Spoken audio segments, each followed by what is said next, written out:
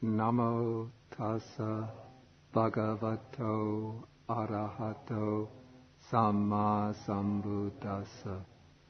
Namo tassa bhagavato arahato samma sambuddhassa. Namo tassa bhagavato arahato samma sambuddhassa. Good evening, everyone, and welcome back to our continuing class on the middle-length discourses. Now the winter is over. We can continue without interruption. Okay, and this time we will be taking in the middle-length discourses Sutta number 118. This is the Anapanasati Sutta, the discourse on mindfulness of breathing.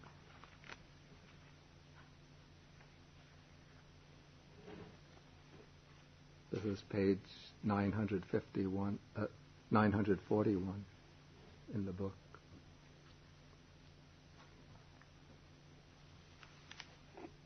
Now, in the last series of talks that I gave before the winter recess, we studied the Satipatthana Sutta. And in the Satipatthana Sutta, one of the sections deals with mindfulness of breathing. But the treatment of mindfulness of breathing in the Satipatthana Sutta is confined to only 4 steps. But now, in this sutta, which is specifically devoted to mindfulness of breathing, we will see that this meditation subject becomes expanded, elaborated, unfolded into 16 steps or 16 aspects. Okay, but first we come to the introductory section. Okay, and the sutta begins when the Buddha was living in Savatthi, in a place called the Eastern Park, also known as the Palace of Megara's mother. In Savatthi, the Buddha had 2 monasteries. One was the famous Jetavana, also known as Anathapindika's monastery, which had been built for him by his devoted lay follower, Anathapindika. And I assume that was in the western part of the city. And then the Buddha had another very devoted follower in Savatthi, a woman whose name was Visakha. And Visakha was also known as Megara's mother, according to the commentarial explanation. Megara was actually her father-in-law. But when she got married, her father-in-law was a devotee of the naked ascetics, and he had a critical attitude towards the Buddha and towards the Buddhist monks. But Visakha very skillfully converted her father-in-law and the whole family to Buddhism, and through her guidance, her father-in-law became a Sotapanna, a stream enterer.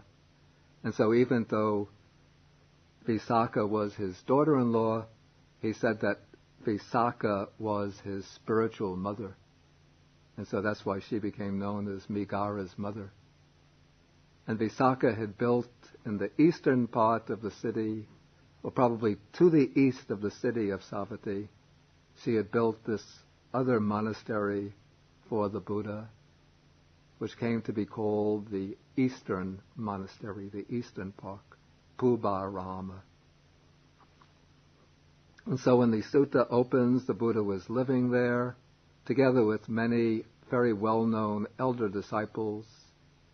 These included the Venerable Sariputta, who was the disciple foremost in the faculty of wisdom, the Venerable Mahamoggallana, who was the disciple foremost in the development of the spiritual powers, the supernormal powers. The Venerable Mahakassapa, who was the disciple foremost in the ascetic practices, the Venerable Mahakachana, the disciple foremost in elaborating upon short sayings of the Buddha, explaining their meaning in detail and in depth.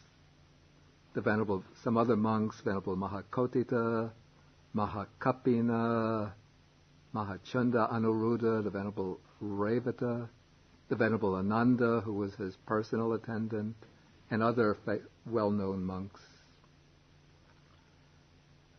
And it seems this was taking place during the rainy season when the sutta opens,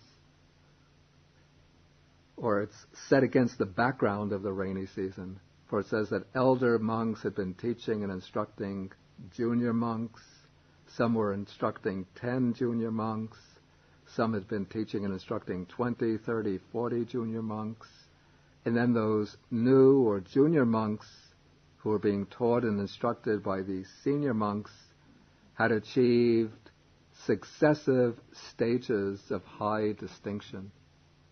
This means that by practicing according to the instructions that they were attaining the different levels of the jhanas, the formless meditations, different high stages of insight, and then reaching the stages of the paths and fruition stages, the stages of enlightenment and liberation. Okay, and so when the sutta opens, the occasion is called the Uposita day of the 15th. It's the full moon night of the Pivara ceremony. The Pivara ceremony is a ceremony that takes place on the last day of the rains retreat. The rains retreat is a 3-month period when all the monks have to stay in a fixed residence. They're not allowed to go traveling, because this is the rainy season in India. And so when the monks used to go traveling during the rainy season, but people complained because when they would go walking over the fields and through the forests, they would be stepping on, many creatures would come out during the rainy season, and the monks would step on them, and it led to the accidental, unintentional death of many creatures. And so the Buddha made it obligatory. This was an ancient Indian practice, even going back before the time of the Buddha, that all of the ascetics would remain fixed, would observe fixed residency during the rainy season.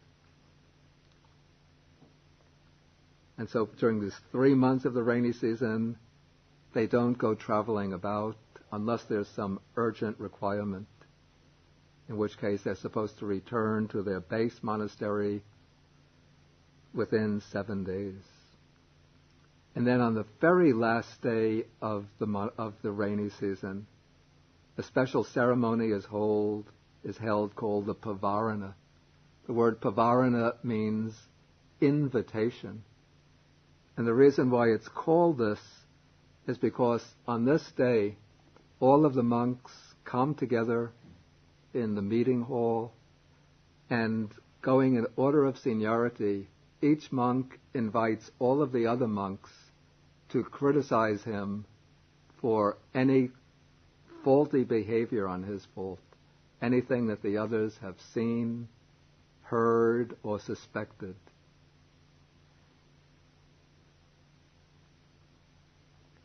And so they go from the senior monk down to the most junior monks. And so on this night, the Buddha is sitting out in the open. Apparently the rains have stopped now, surrounded by the order of monks, and they're all sitting silently. And then the Buddha addresses the monks and says, "I am content with this progress. My mind is content with this progress." And so now he's urging them, those who have not yet completed their training, to arouse still more energy, to attain the unattained, to achieve the unachieved, to realize the unrealized. That is, he's urging them all to make that full, wholehearted effort to attain Nibbana as soon as possible. And he says, I shall wait here at Savatthi for the Kaumudi full moon of the 4th month. That is, normally when the rains retreat is over, the Buddha would pack up his things and then set out wandering. But on this occasion, the Buddha realizes that there are these junior monks who are being trained by all of these senior monks, and that this is, to use a cliche, it's a golden opportunity for those junior monks to achieve final liberation within that time period. And so he's saying that he's not going to set out on traveling right away, but he'll wait until the 4th month. This is the 4th month of that particular season, until the month called Kaumudi. That's until the following full moon. So he'll wait in that place for another full month so that the monks who are still engaged in the training can complete their training. And so the monks who are living outside in the countryside heard that the Buddha is still continuing to stay on at Savatthi, and so they left their rains residence in order to come to Savatthi to see the Buddha. And so the elder monks continue to teach and instruct the junior monks, and the junior monks continue to train and to practice, and they reach these different stages of high distinction. And then in paragraph 7, the Kaumudi full moon arrives. The Uposatha day, that's the full moon day. And this month is called Kaumudi because on this full moon night there's a kind of water lily called the Komudu water lily, which is supposed to blossom on that particular, the full moon night of that month.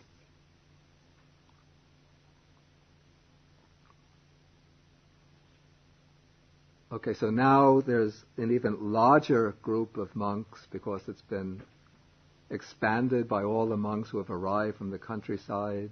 And now again they're sitting out in the open, and the Buddha addresses the Sangha, and he says, Bhikkhus, this assembly is free from prattle. This assembly is free from chatter. It consists purely of heartwood. He's praising the qualities of the Sangha. And he says, such is the Sangha of Bhikkhus, such is this assembly. Such an assembly as is worthy of gifts, worthy of hospitality, worthy of offerings, worthy of salutation, an incomparable field of merit for the world. Such is the Sangha of Bhikkhus, such is this assembly. Such an assembly that a small gift given to it becomes great, and a great gift becomes greater. Such is the Sangha of Bhikkhus, such is this assembly. What's meant by saying that a small gift becomes great and a great gift becomes greater is that when gifts are given to the Sangha, they generate merit. And so a small gift given to the members of the Sangha generates a great amount of merit, and a large gift generates still a greater amount of merit. And so he says this assembly is rare for the world to see. This assembly is worth journeying many leagues with a travel bag to see. Then he goes, he's now in paragraph 9, he's going to start to enumerate or describe the qualities of the monks in the Sangha. In the Sangha of Bhikkhus, there are Bhikkhus who are arahants with taints destroyed, who have lived the holy life. This is the standard description. Done what had to be done, laid down the burden, reached their own goal, destroyed the fetters of being, the fetters of existence. That is, they've destroyed all of the 10 fetters. And they are completely liberated through final knowledge. So in this passage, the Buddha is describing those monks who have reached the fourth and highest of the 4 stages of enlightenment. But not all of the monks have reached that stage yet. So in the next paragraph, he describes those at a still lower stage. In the Sangha of Bhikkhus, there are Bhikkhus who are non-returners. These are monks at the 3rd stage of enlightenment. And here we have the description of them.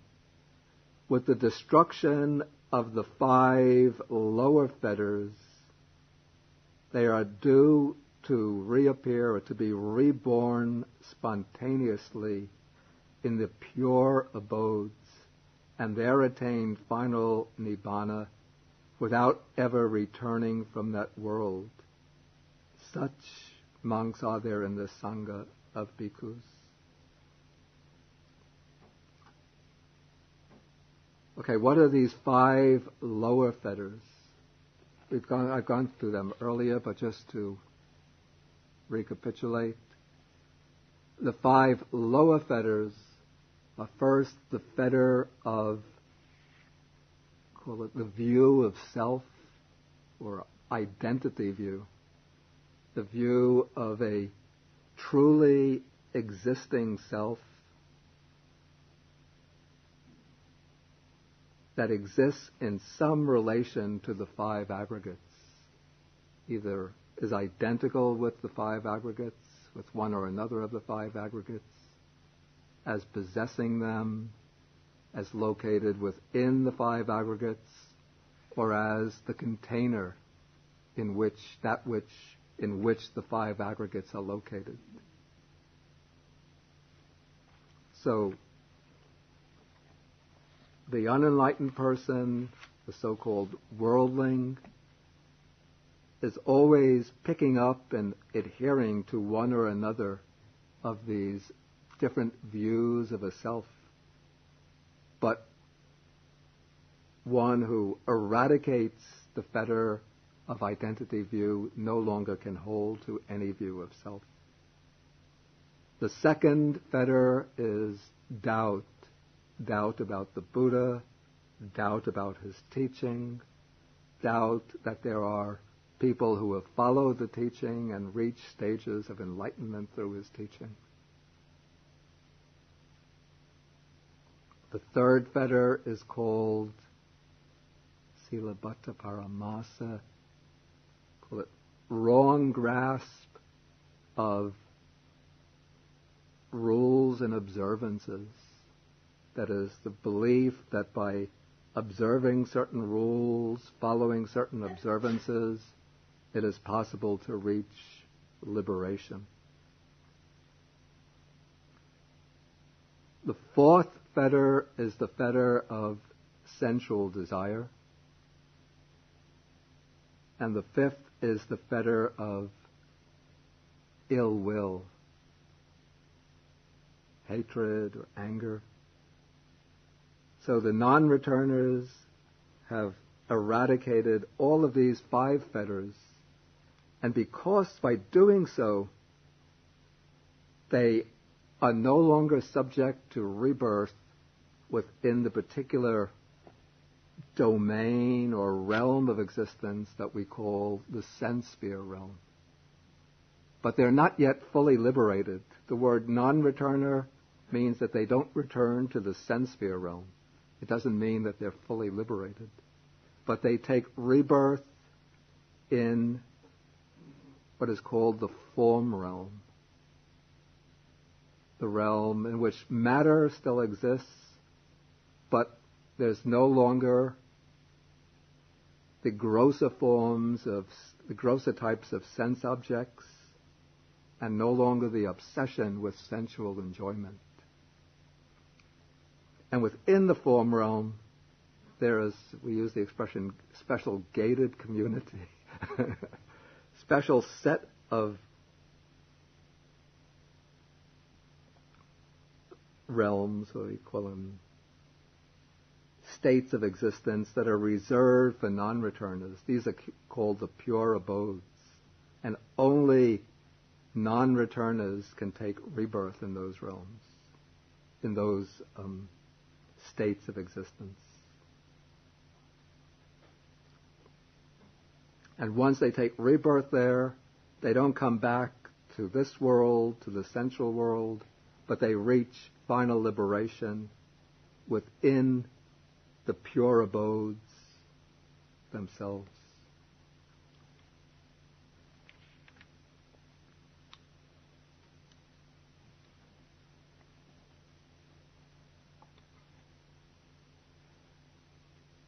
Okay, the Arahant, the one who has completely destroyed the fetters of existence, he has destroyed also the 5 higher fetters.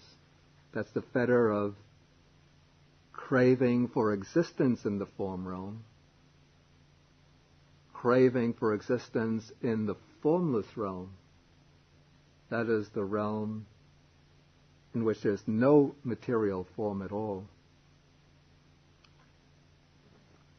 He's also eliminated conceit, especially the root conceit, which is the conceit, I am. They've eliminated they've eliminated restlessness, and then finally they've eliminated avidya, ignorance.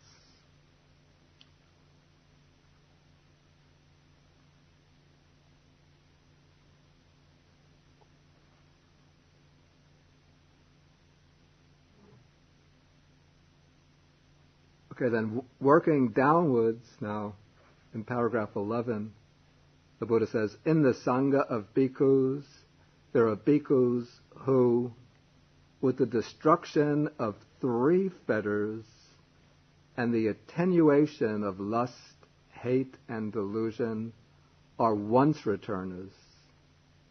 They return once to this world to make an end of suffering. So these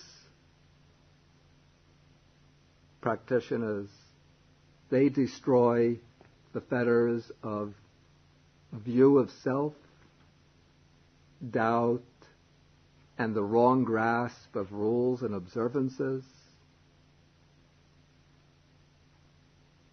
And they weaken or they attenuate lust, hatred, and ignorance. And so they still have some sensual desire left, some tendency to anger and ill will, and of course they still have ignorance and delusion. And so they come back to this world, to the sensual world, but they only come back one more time. But actually, according to the Abhidhamma commentaries, they might come back 2 times.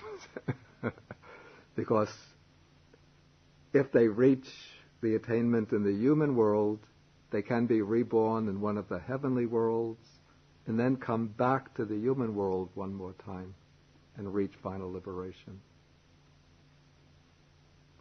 If they reach attainment in the human world, they can be reborn in the heavenly world, then they can reach final liberation there. They can't be devas, that is, celestial beings, can also reach the stage of once returner. They might come back to the human world and then reach final liberation here, or they can reach final liberation in one more birth in the heavenly realms. So there are different permutations.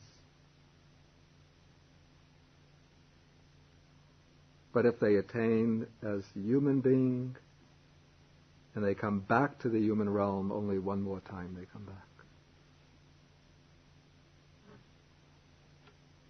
Okay, then in paragraph 12, we have the fourth and lowest grade of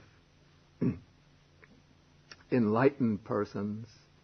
These are described here as the bhikkhus who, with the destruction of the three fetters as stream enterers, no longer subject to perdition, that is, to the lower realms, bound for liberation, headed for enlightenment. Okay, the stream enterers destroy the first three fetters, just like the once returner. But they don't really significantly reduce lust, hate, and delusion to the same degree as the once returner does. But by destroying the three fetters, they can no longer take rebirth in any of the lower realms. No longer rebirth in the hells, not in the sphere of the hungry ghosts, not in the realm of the animals.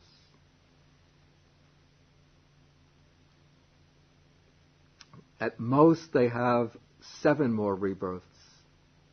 Those 7 rebirths take place either in the human realm or in the heavenly realms. And they are niyata, that means, here it's translated bound, or okay, definite or fixed in destiny. I think it's dui ding, perhaps, in Chinese. So their destiny is definite. And they're headed for Sambodhi Parayana. They're headed for final enlightenment.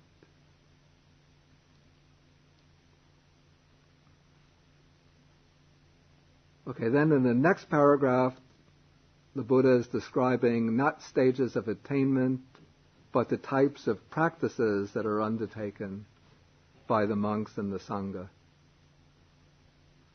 There are monks who abide devoted to the development of the 4 foundations of mindfulness, or the 4 establishments of mindfulness. Those we have gone through in detail in discussing the Satipatthana Sutta. Then there are monks who abide devoted to the development of the 4 right kinds of striving, the 4 right efforts. This is the effort to abandon, to prevent the arising of unarisen, unwholesome states, to abandon arisen, unwholesome states, to develop not yet arisen, wholesome states, and to fulfill or perfect arisen, wholesome states. Then the 4 bases for spiritual power, the 5 faculties, the 5 powers, the 7 enlightenment factors, the Noble Eightfold Path. Such bhikkhus are there in the Sangha of bhikkhus. I go through these remaining classes rather quickly because within a few suttas we're going to come to sutta number 77, in which we have a detailed treatment of all of these 37 aids to enlightenment. And so when we come to that sutta, then we can examine them in more detail.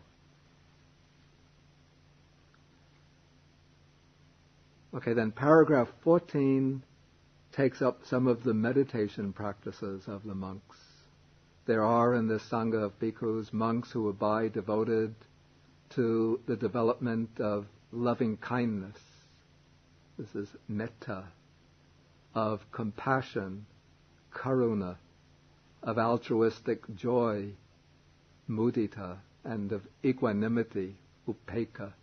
These 4 belong together as a set known as the 4 immeasurables, also called the 4 divine abodes, sublime states, the 4 Brahma Viharas.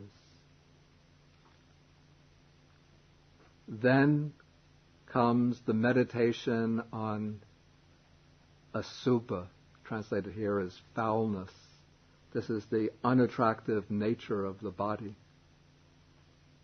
The perception of the body in terms of its constituent parts. The body is made up of head hairs, body hairs, nails, teeth, skin, different tissues, organs, fluids, and so on. Then the perception of impermanence.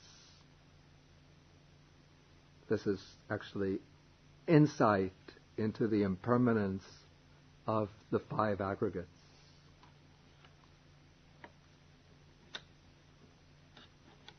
Okay, so now the Buddha has gone through praising, we call this these introductory meditation subjects, and now he comes to the subject that's going to be the theme of this discourse. He says, in the Sangha of Bhikkhus, there are Bhikkhus who abide devoted to the development or to the meditation of mindfulness of breathing. This is what is called Anapanasati. The word Anapana means in and out breathing, and sati is mindfulness.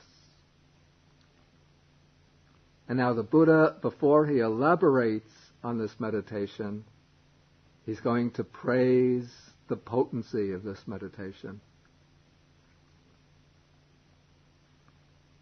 And then he's going to show briefly how this meditation, this one meditation subject, has such a great range of potentials, how it will actually bring to fulfillment the entire Buddhist path. He says, when mindfulness of breathing is developed and cultivated, it is of great fruit and great benefit. When mindfulness of breathing is developed and cultivated, it fulfills the four foundations of mindfulness. When the four foundations of mindfulness are developed and cultivated, they fulfill the 7 factors of enlightenment. And when the 7 factors of enlightenment are developed and cultivated, they fulfill true knowledge or final knowledge and deliverance, liberation. Okay, so this, we could say, in this paragraph sets out what will be the framework of the Buddha's treatment of mindfulness of breathing in this discourse. First, he's going to take mindfulness of breathing and then explain it in terms of these 16, what might be called 16 steps, or better, 16 aspects. Then he's going to collect the 16 aspects into 4 groups which correspond to the 4 foundations of mindfulness. And by collecting them in this way, he shows how they bring to fulfillment the 4 foundations of mindfulness.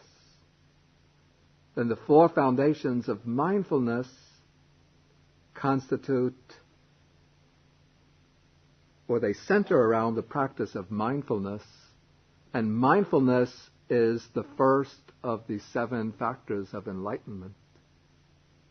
And so when the mindfulness is fully developed through the practice of the 4 foundations of mindfulness, it actually unfolds or brings into being all the other factors of enlightenment. And then when all of these 7 factors of enlightenment are developed and cultivated, when they are all activated and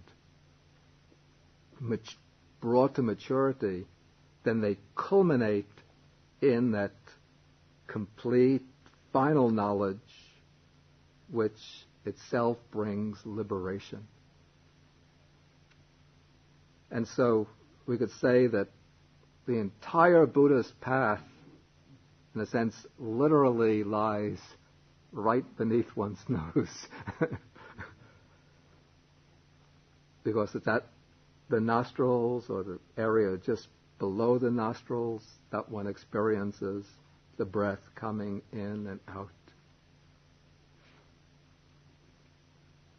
Okay, so now the Buddha is going to explain systematically the practice of mindfulness of breathing, showing how it becomes of great fruit and great benefit.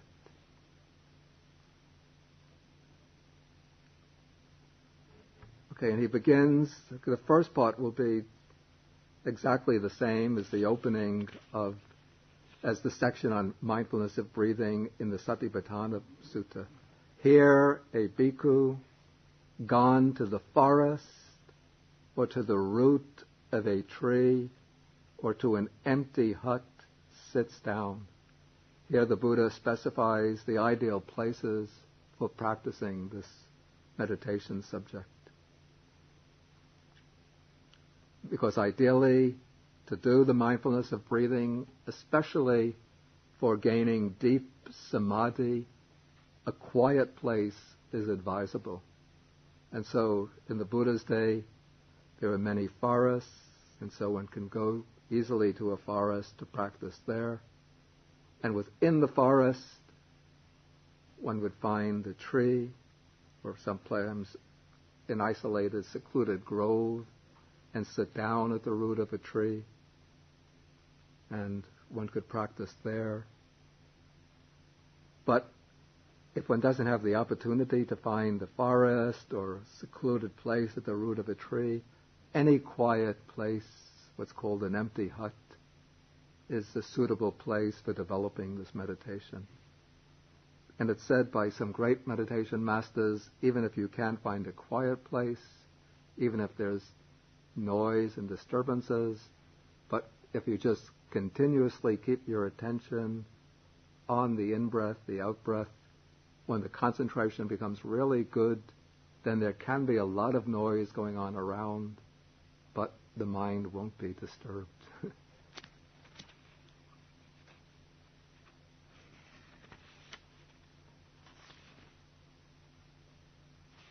But it's better if one finds a quiet place.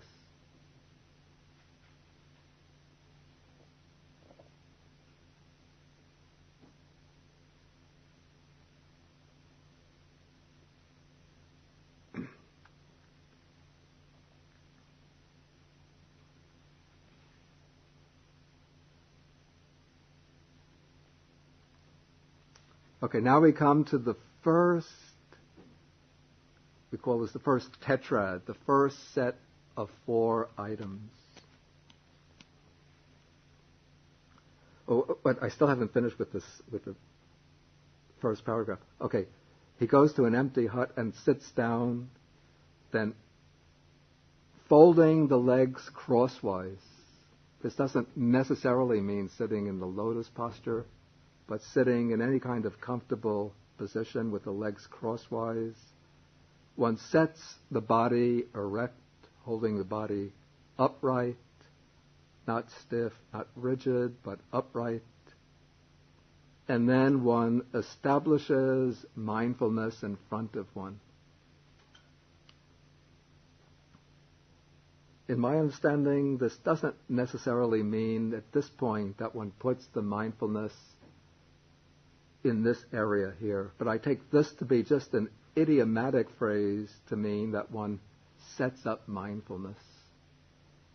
But in doing the mindfulness of breathing, the teachers in the Buddhist tradition, or at least the Theravada Buddhist tradition, advise always to keep the attention in the area of the nostrils or someplace around the nostrils, wherever one feels the breath coming in and going out most distinctly. I've heard some teachers give explanation that one should follow the breath from the nostrils in to the body, down to the belly, and follow the out-breath from the belly all the ways through the lungs, out to the nostrils.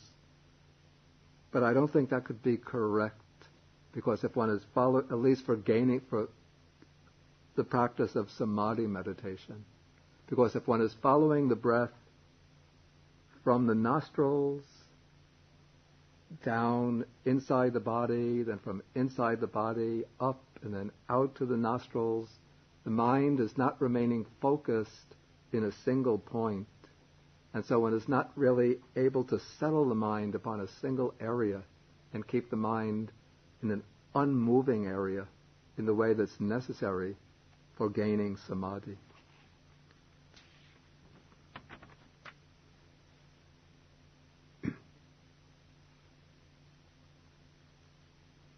There are types of meditation that seem like mindfulness of breathing, but are not actually mindfulness of breathing. For example, in the type of vipassana meditation coming from Burma, established by Mahasi Sayadaw, one follows the rising and falling of the abdomen. That meditation subject seems like mindfulness of breathing, but it is not intended to be mindfulness of breathing. And Mahasi Sayadaw himself said that it is not mindfulness of breathing.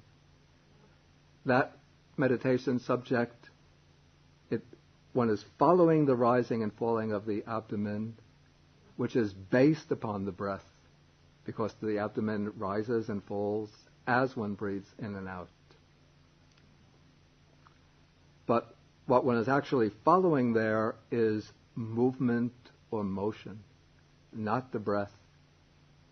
And so by following the motion, rising, falling, it helps initially to develop some degree of samadhi, but the purpose of that approach to meditation is not to develop the very strong samadhi leading to jhana, into deep concentration, but to move directly into insight, to vipassana.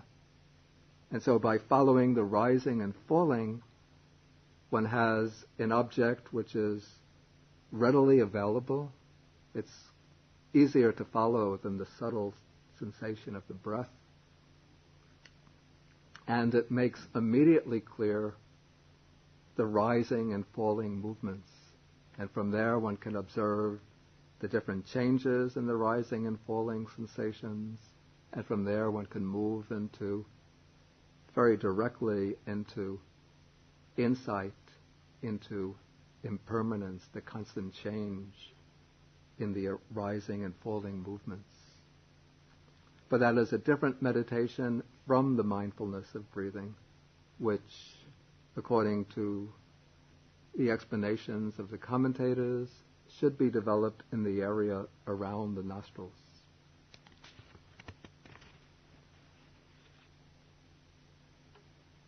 Okay, so the initial stage is being simply mindful, ever mindful when breathing in, ever mindful when breathing out.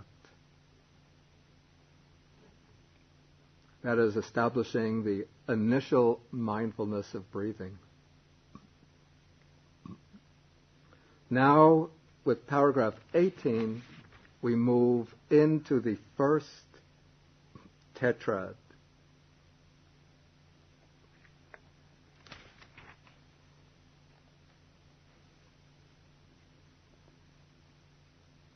Okay, breathing in long, he understands, or we could say simply he knows, I breathe in long.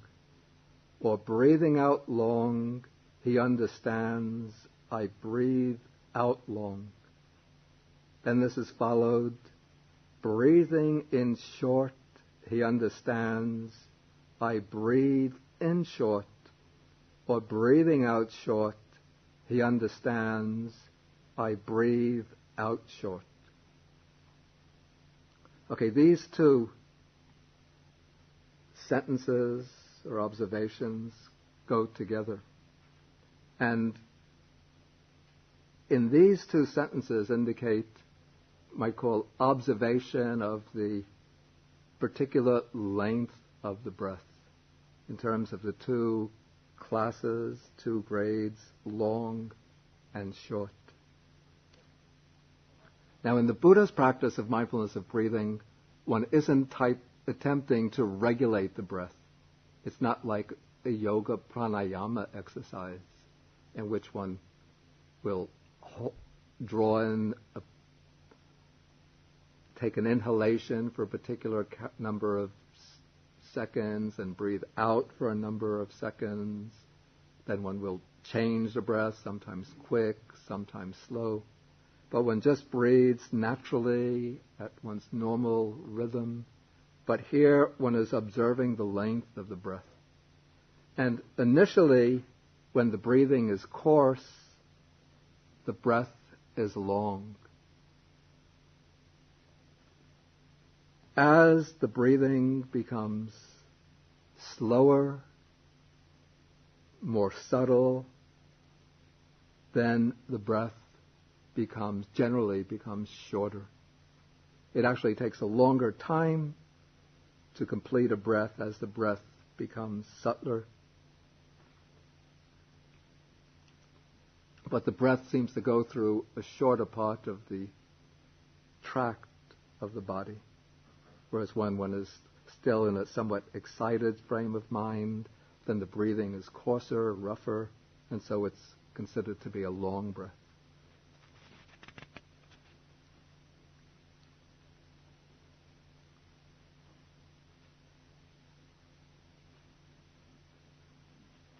Okay, so one breathes in long, breathes out long, breathes in short, breathes out short. Okay, then we come to the third sentence. He trains thus.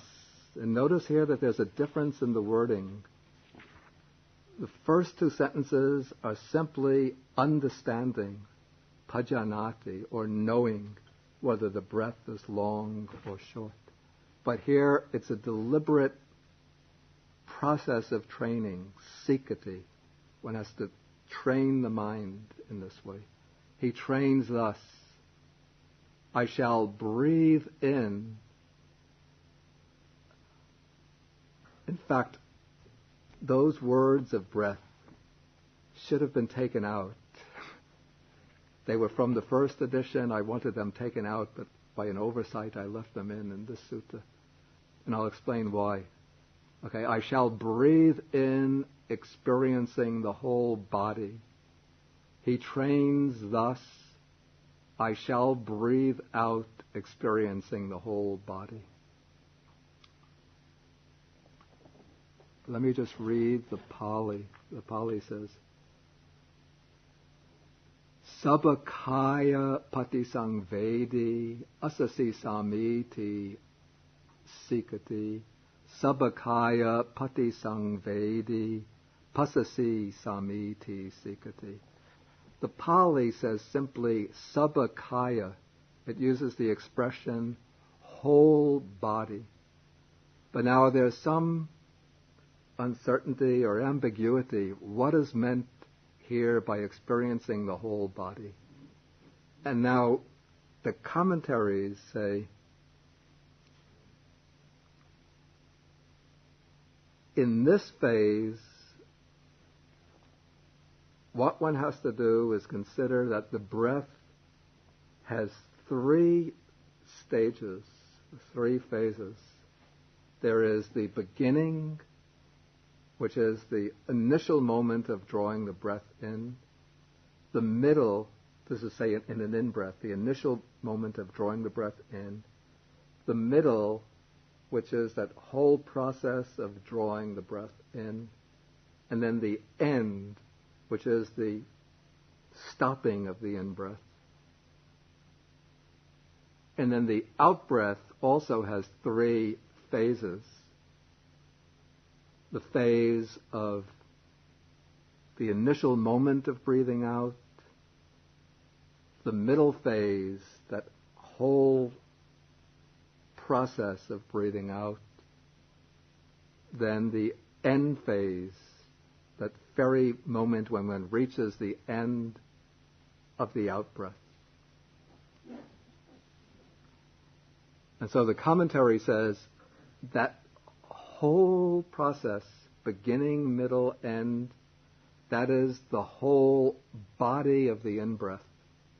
The whole process of breathing out, beginning, middle, and end, that is the whole body of the out-breath. And so to be experiencing the whole body of breath means when one is breathing in, one is aware of the three phases in breathing in. Aware of beginning, aware of the in-breath through the beginning, middle, and end. When one is experiencing the whole body of breath while breathing out, one is aware of the entire out-breath from the very moment of beginning to breathe out through the whole exhalation till one reaches the very end of the out-breath. And so that means the whole body, experiencing the whole body, being aware of the entire in-breath and out-breath through beginning, middle, and end phases.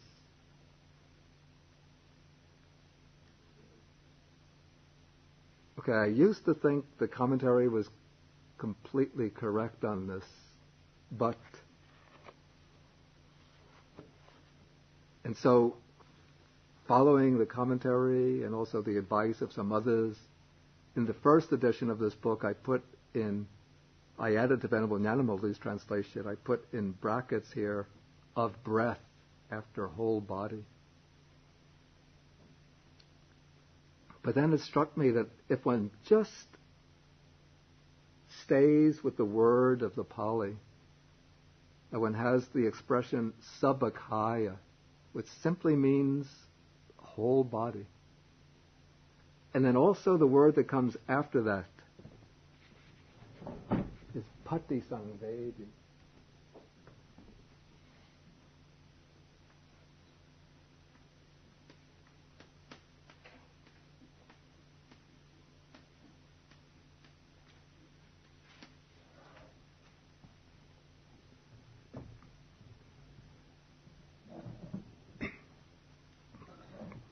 Now the word patisangvedi has a sense of experiencing rather than the sense of awareness or knowing. It's more akin to, you might call, the feeling aspect of experience than to the knowing aspect of experience.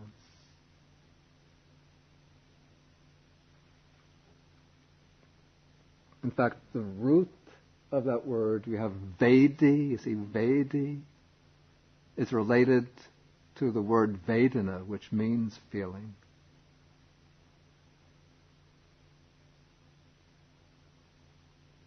And so it's what seems to me to be the case is that what is taking place here is that while breathing in and breathing out, the awareness is now expanding to the point that it can, while having the attention focused in this area, the awareness or the range of experience can now encompass the whole body and take in the whole body while the attention is still fixed at this particular point, at the nostrils, around the nostrils, where one feels the breath most distinctly coming in and going out. And I think this can be related to the experience in the jhanas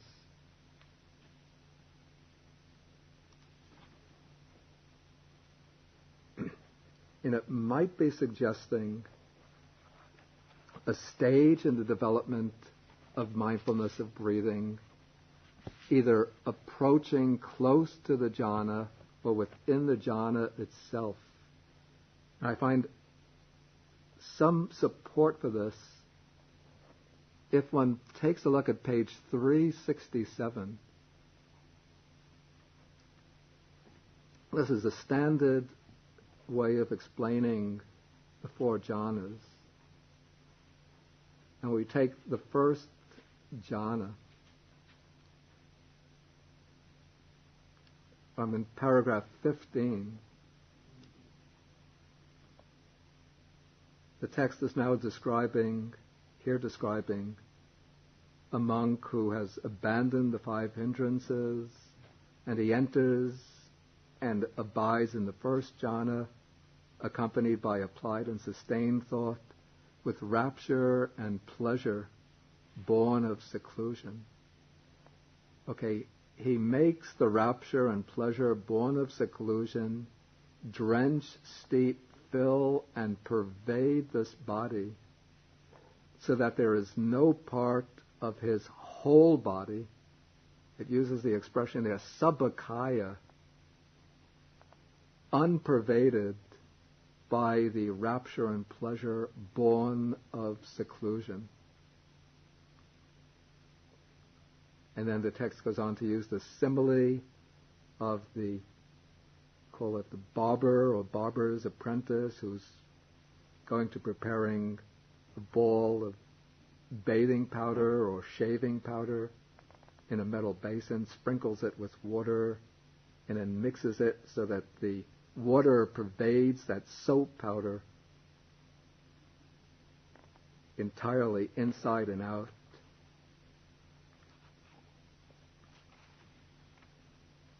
Then we get similar simile in paragraph 16. Paragraph 17 also.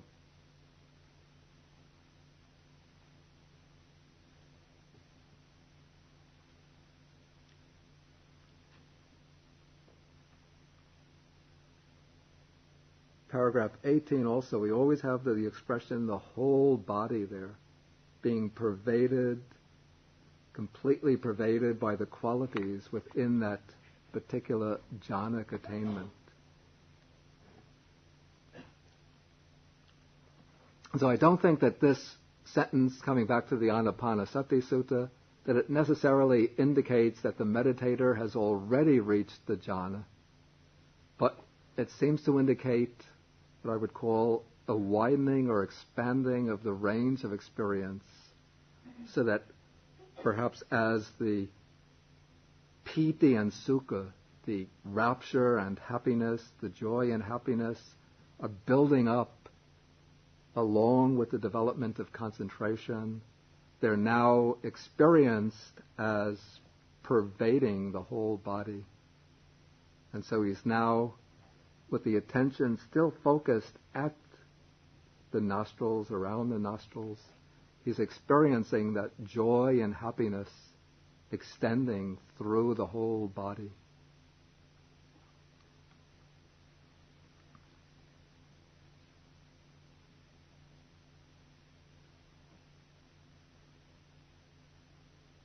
Okay, and then the next pair, he trains thus: I shall breathe in, tranquilizing the bodily formation. He trains thus: I shall breathe out, tranquilizing the bodily formation. Here the text uses the word kaya sankara.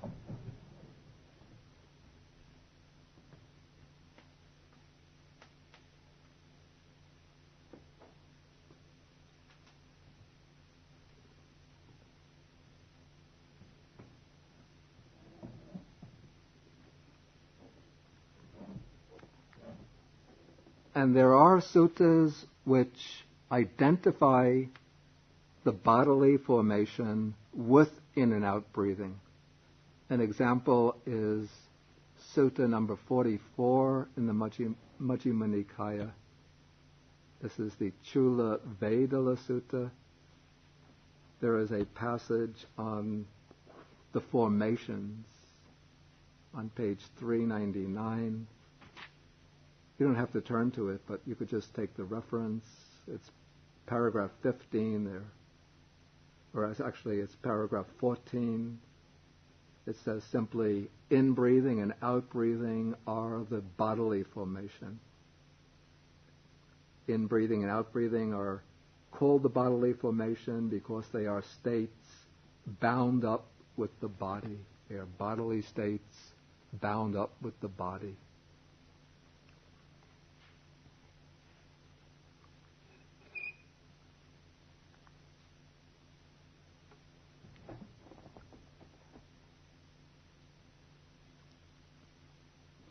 And what is indicated here is that as the process of meditation on the breathing goes to deeper and deeper levels, by itself the breath naturally becomes more and more quiet, more and more calmer and calmer. One is not actually, in my understanding, one is not actually deliberately training to make the breath become more and more calm, more and more tranquil. One is simply training to attend more and more closely, more and more consistently to the breath. But as one does so, naturally, automatically, as a result of that process of training on the breath, the breathing will become more and more tranquil, calmer and calmer.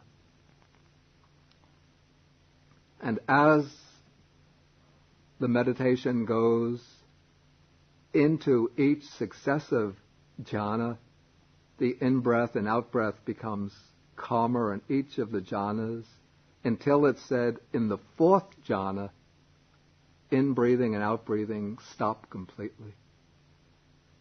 So the meditator in the fourth jhana is no longer breathing in and out.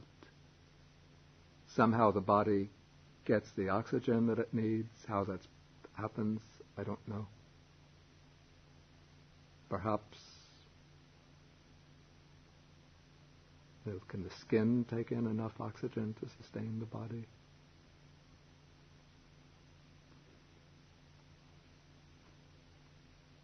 But it seems that this sentence is indicating that process of continual calming down, tranquilizing of the breath, which reaches its culmination in the fourth jhana, when the breath becomes completely tranquilized in the sense that it stops.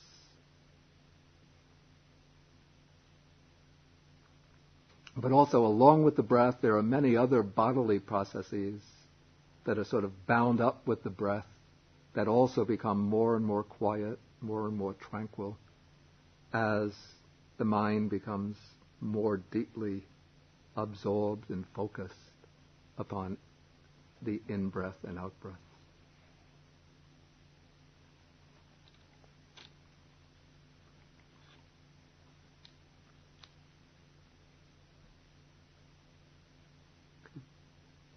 Maybe at this point I'll ask whether there are any questions.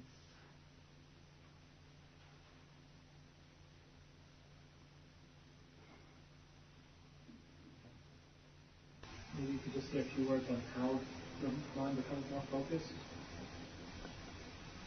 You're saying you're not deliberately tranquilizing the mind, but as the mind becomes more focused, it becomes calmer.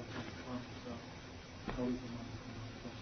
Yeah, just simply by attending to the in-breathing and out-breathing. I mean, what has to be done to get the mind more and more focused on the in-breath and out-breath?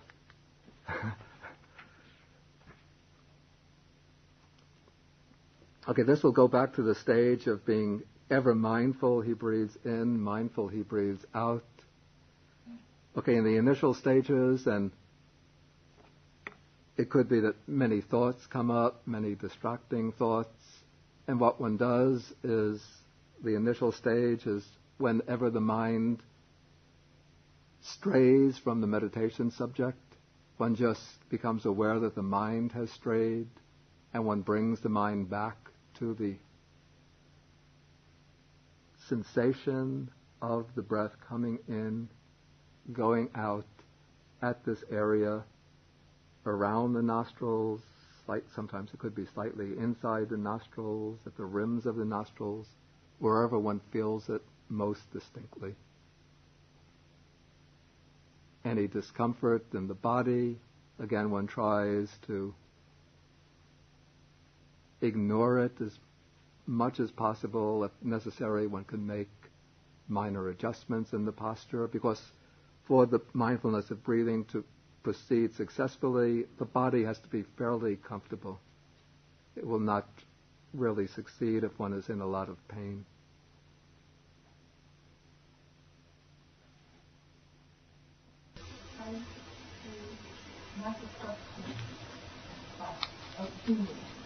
Yeah.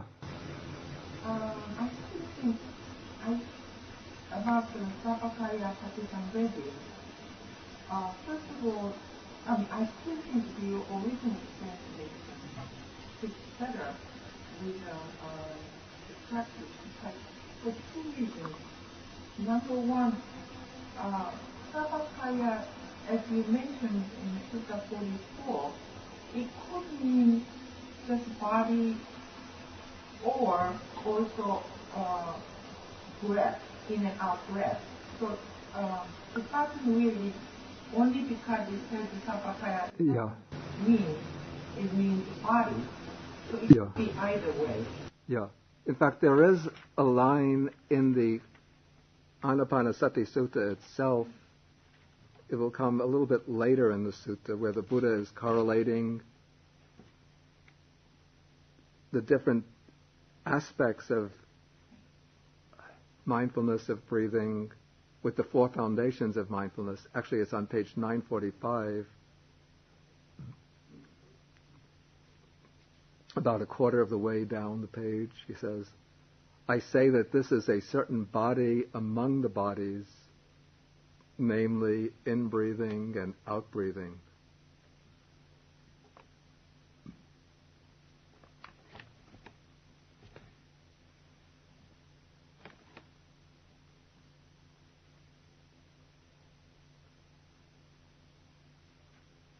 Kayesu kayan yattarahang bhikkhave etang vadami yadidang asasa pasasang. Yeah, in fact, it's on this basis that the commentators identify the whole body in that previous paragraph with in-breathing and out-breathing. So there can be some basis for it. And also, I would have to say that, in a way, your comment ties back with Peter's question, how to get the mind more focused on the in-breath and out-breath.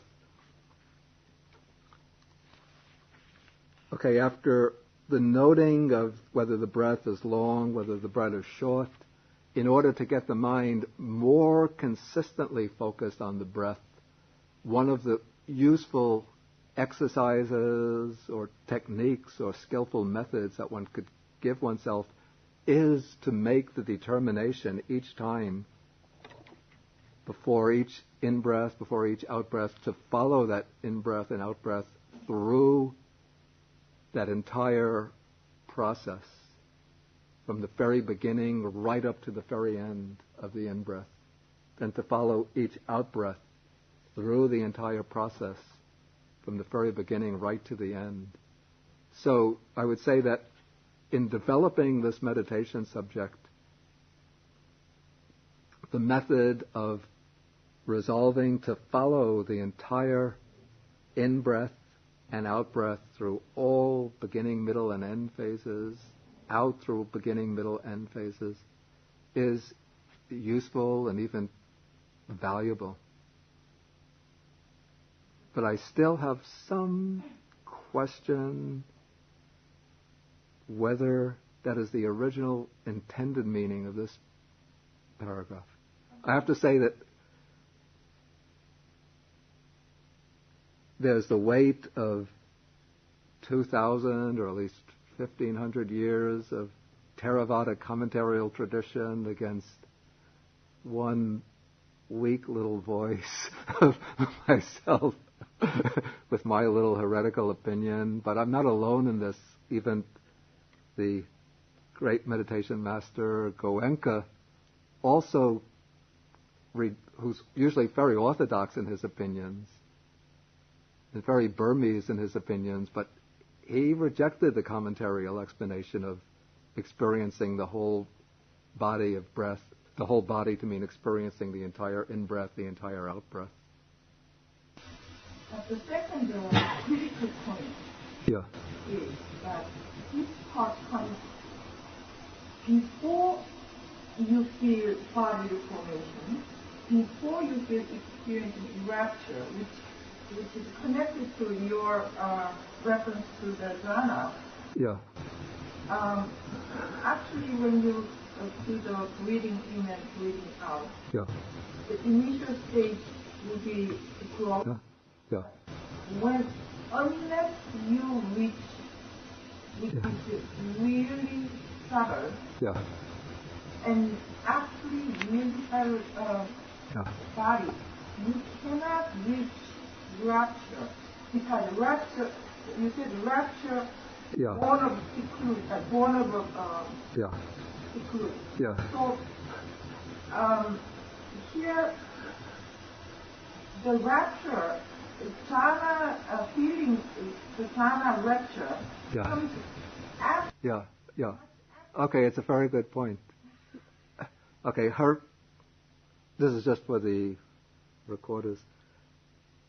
Suki's point is that she says that my explanation doesn't seem to be acceptable because in the explanation of mindfulness of breathing, the experiencing of rapture, the experiencing of pleasure or happiness comes in the next section and not in the section on that not in this particular tetrad. That gets your point across?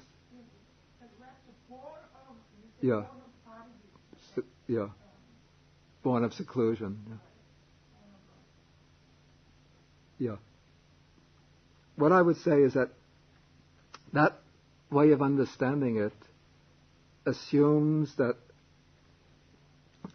what I call the 16 aspects of mindfulness of breathing are 16 steps, and that the observation of the body steps, this particular tetrad that we've just gone through, and then the next set of 4, taking in rapture, pleasure, and so on, is something that necessarily comes later. But I would see it somewhat differently, that they're not to be understood, at least the first 3 tetrads, those dealt with in paragraphs 18, 19, and 20, are not necessarily to be seen as sequential. One following the other. But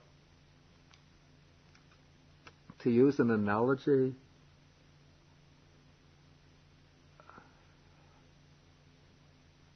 it's the way, this is an analogy from an area that I don't have much experience in. The way photographers produce a multicolored film by they take, what do you call them? Sections with different color schemes, and then they blend them so that you get, they're called the color separations. Then you blend the color separations to get the picture with full color, the full colored picture. But then when you take the separations apart, what you see is one picture which might have a scheme with, say, yellow and blue, another frame with maybe a green and violet, another section with what color scheme? Red, blue. I had red, blue, yellow, blue, green, purple.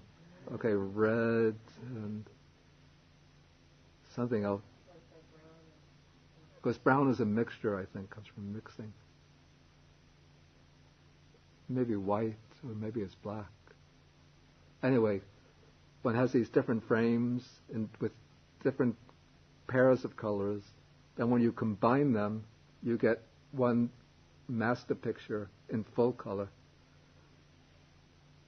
Okay, so what I would say is that the actual meditative experience is like the master picture in full color, but then you can look at that experience from different angles in terms of the different satipatthana, the different foundation of mindfulness that one is using as the basis of contemplation. So it becomes, you might call this like a frame of reference for viewing that experience. And so within paragraph 18, one is viewing that experience. The first exercises, by way of observing the breath, understanding it as long, understanding it as short, that is preparatory.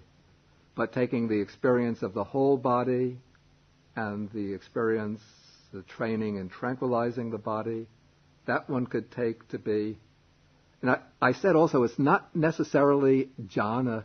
It could be also the stages building up to the jhana, just as the mind becomes concentrated and is moving into sort of hitting the runway leading into the jhana, and also the jhana itself. Just as one is experiencing the body, okay, so one is experiencing the body more widely, more panoramically, with a different slant on that experience, one will be highlighting the experience of rapture in the body. With a different slant, highlighting the experience of pleasure or bliss within the body. But one could backtrack from the rapture, from the pleasure, and just be observing it as an experience of the body itself. In that case, one would be within the contemplation of the body and of the breath within the body.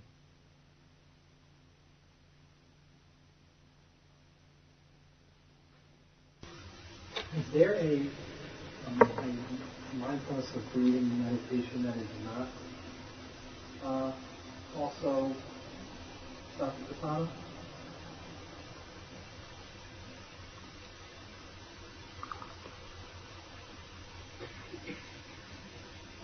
Because I'm getting the sense from start with the opening of this that saying you can do mindfulness of breathing so that it is satipatthana.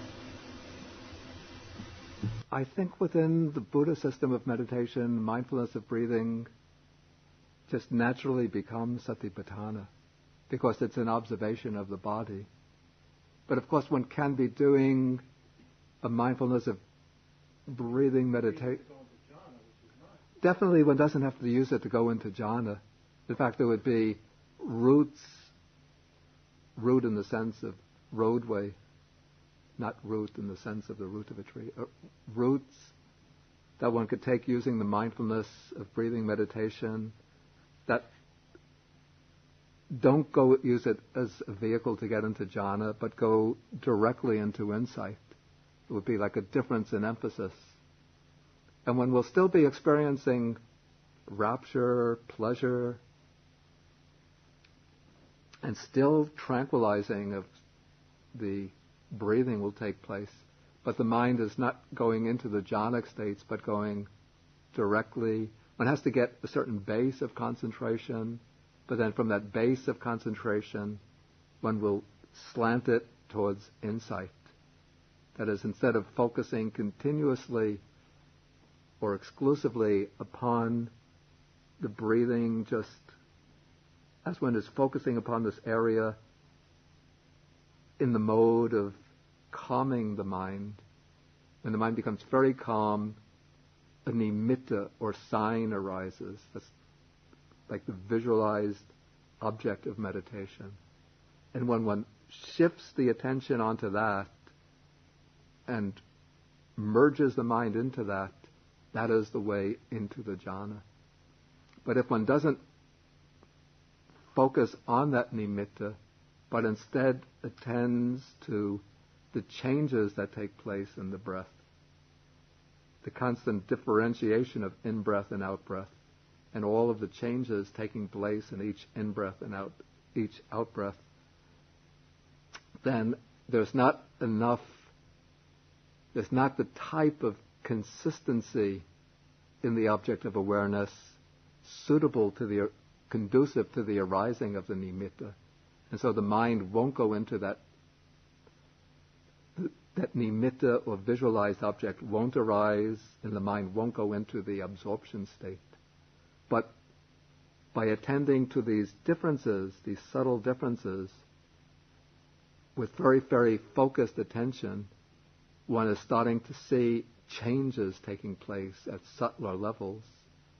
And by observing these changes, then the mind is getting attuned to the observational awareness of impermanence.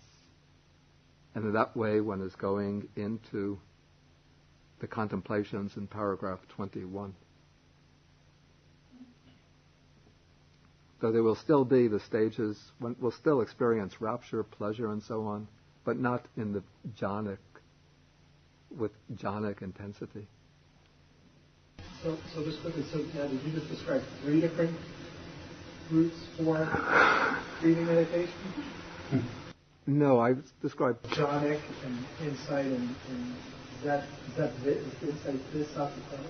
Insight Satipatthana, or Satipatthana have something in addition to those two? Satipatthana embraces both of them. But I think it'll become clearer as we go along. I'll just take David for a quick question in the back, then we have to stop. This is a one-pointed meditation, so it can be used with Vipassana, right? Yeah. Could it also be used with the Divine Abode meditation? No, the mindfulness of breathing the question is, can the mindfulness of breathing be used together with the Divine Abodes meditation? At the time one is practicing the mindfulness of meditation, one is not practicing, one cannot simultaneously be practicing the Divine Abode meditation. But one can be practicing these two meditation subjects, say, within one's day-to-day life. In that one could be, say, practice mindfulness of breathing for a certain period, then one can stop that, and then develop the loving-kindness meditation for a certain period. But the mind can't be focused on two things simultaneously. Okay, then we have to stop now. It's getting late. And we end with the sharing of the merits. Share the merits with the Devas, the Bhuttas, and other beings.